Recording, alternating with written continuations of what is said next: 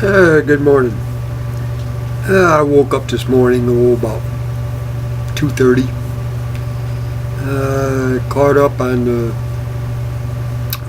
reading the Bible and praying to God, and just sat here thinking.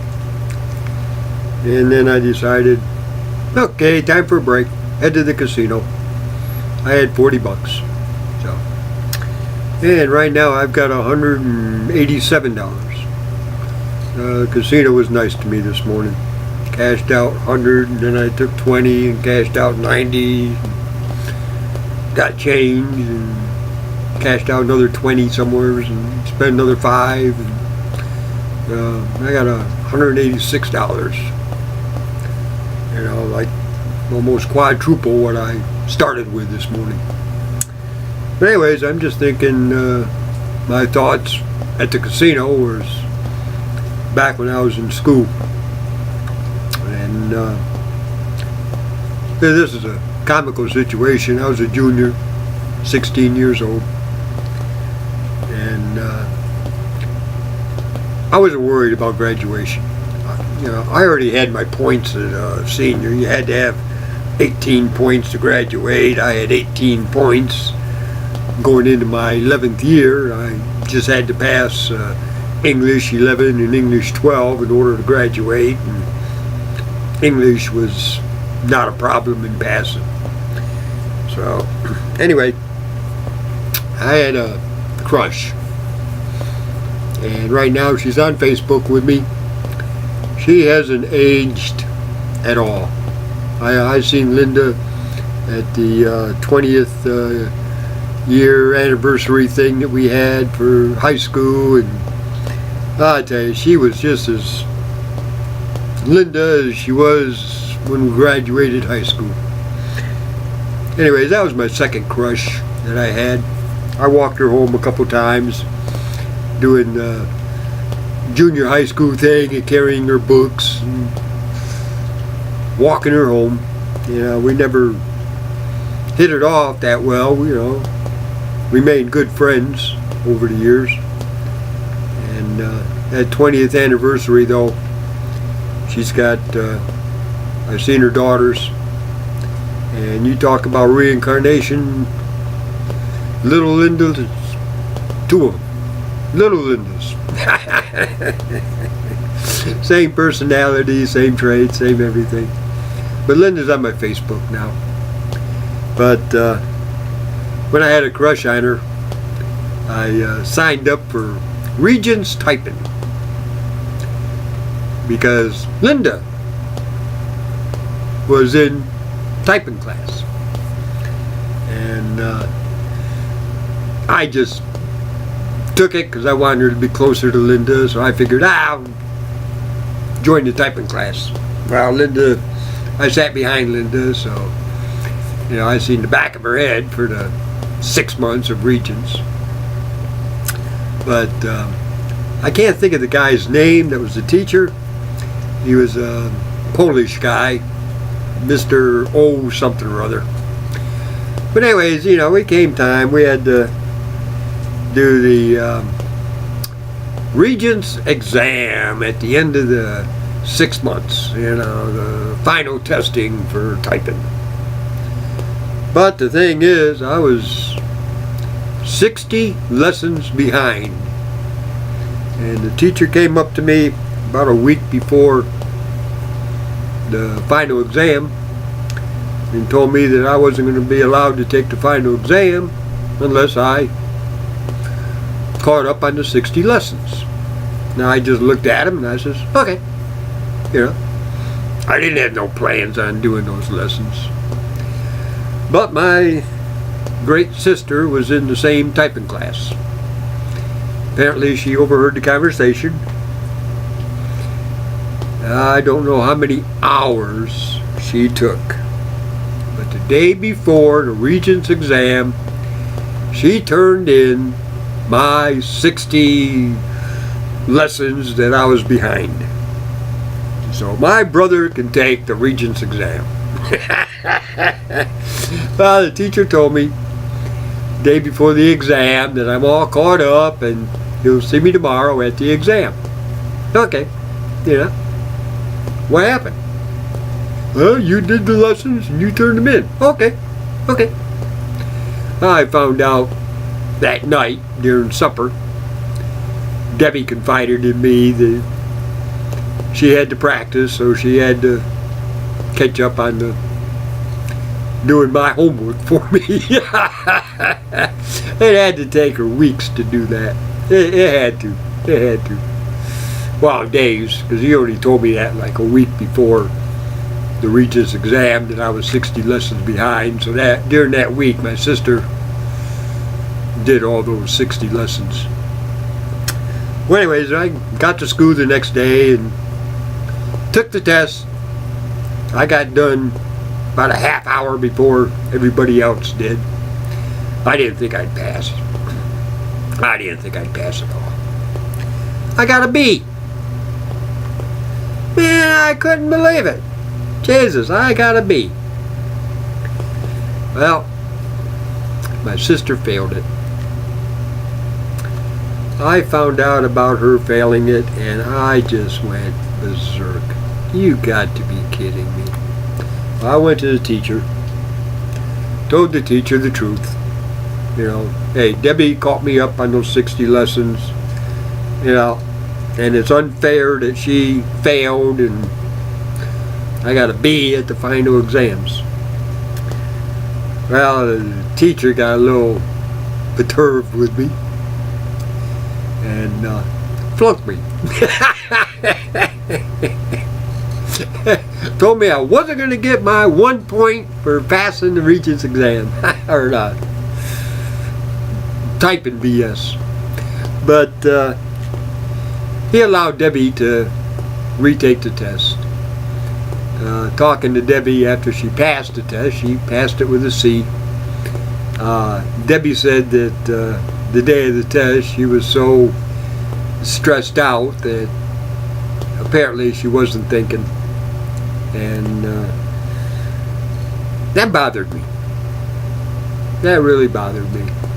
My sister doing all that work for me and she flunks, and I was there just to have a good time trying to get on the good side of Linda, and I passed it with a B.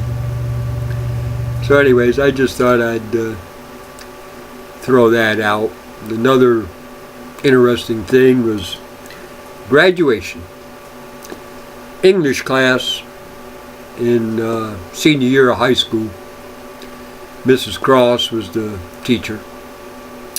We'd have a debate every other Friday, and she'd give what the debate was going to be about, and you had a choice, either be for the debate or against the debate. And I love a good debate. You can express your opinions as long as there's no hostility or vengeance or hatred, or I love a good debate as long as it's conducted within rules. Remember the breaking of the line. Don't get mad if somebody's got a different opinion than you, because you learn from it. Well, during that course we had a debate, World War I. Well, I found out that the majority of the people were on one side, so I went on the opposite side, and we won that debate. World War II, the United States lost that war, according to my debate. Technically we won the war, but we lost the war in building up Japan.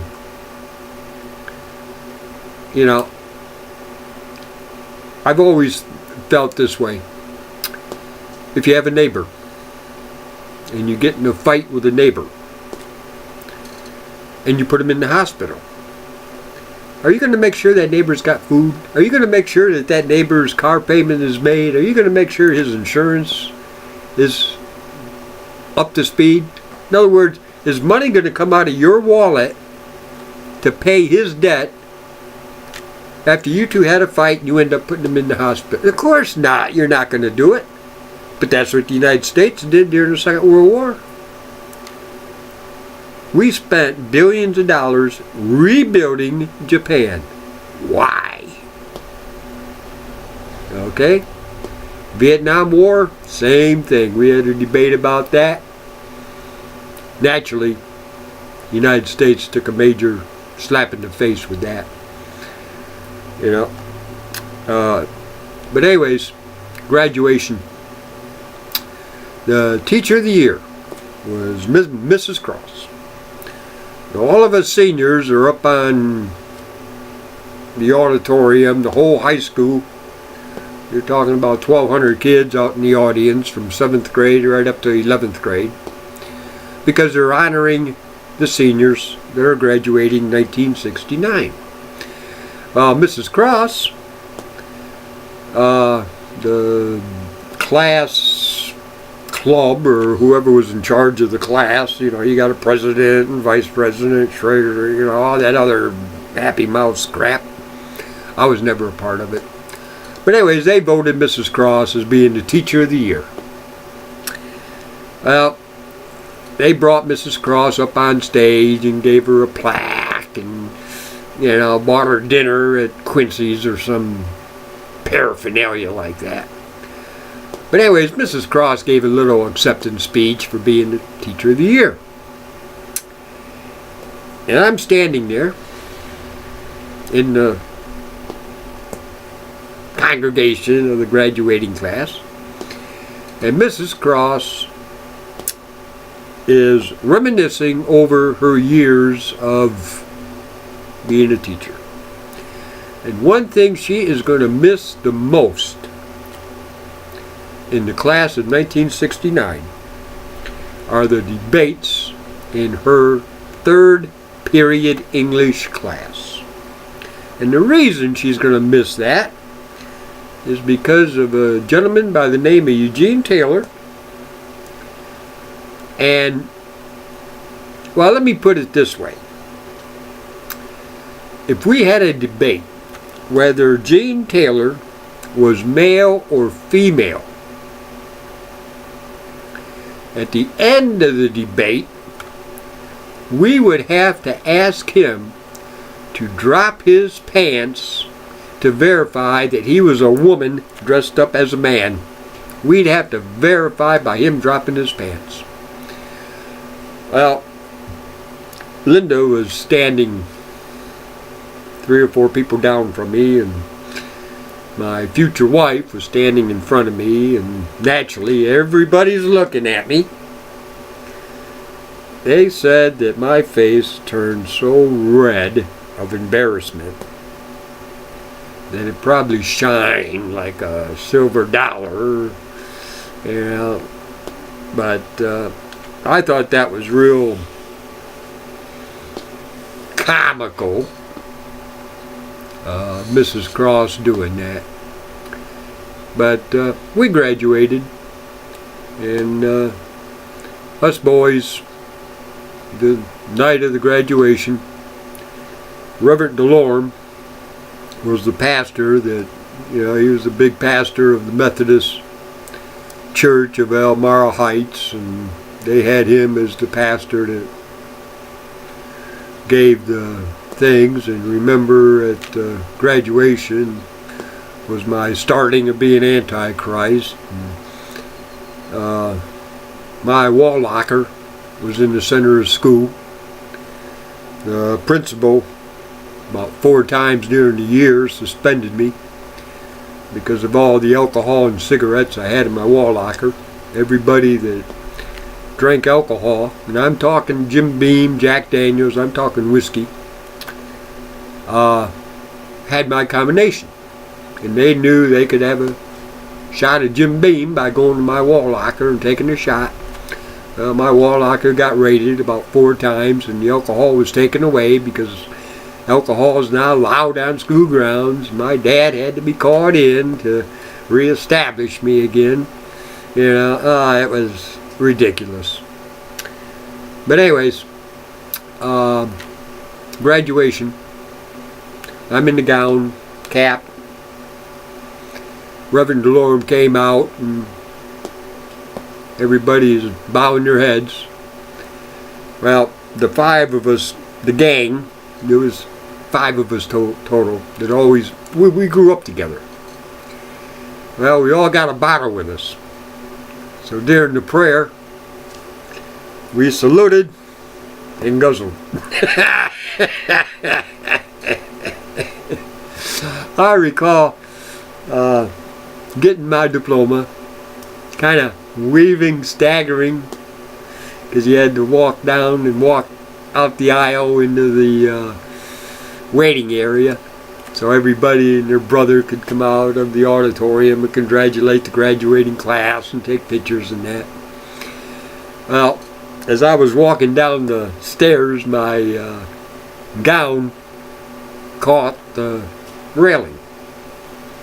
Rip! That thing ripped all the way up there. So there's my gown hanging on the pole. And I'm wearing a suit. Yeah, I got a suit on. And I mean, it was comical.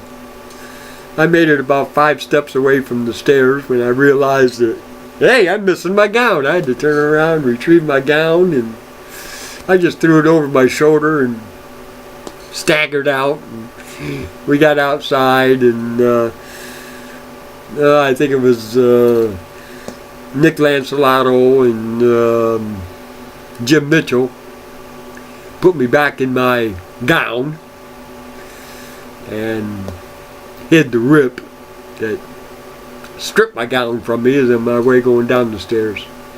But that was my graduation. And then we went to a party and finished getting drunk. So, anyways, with that, salute you. So, Mary, yeah. You're going to get this one too. I'm going to follow it all the way through and add it to there, so you're going to have 31 of them.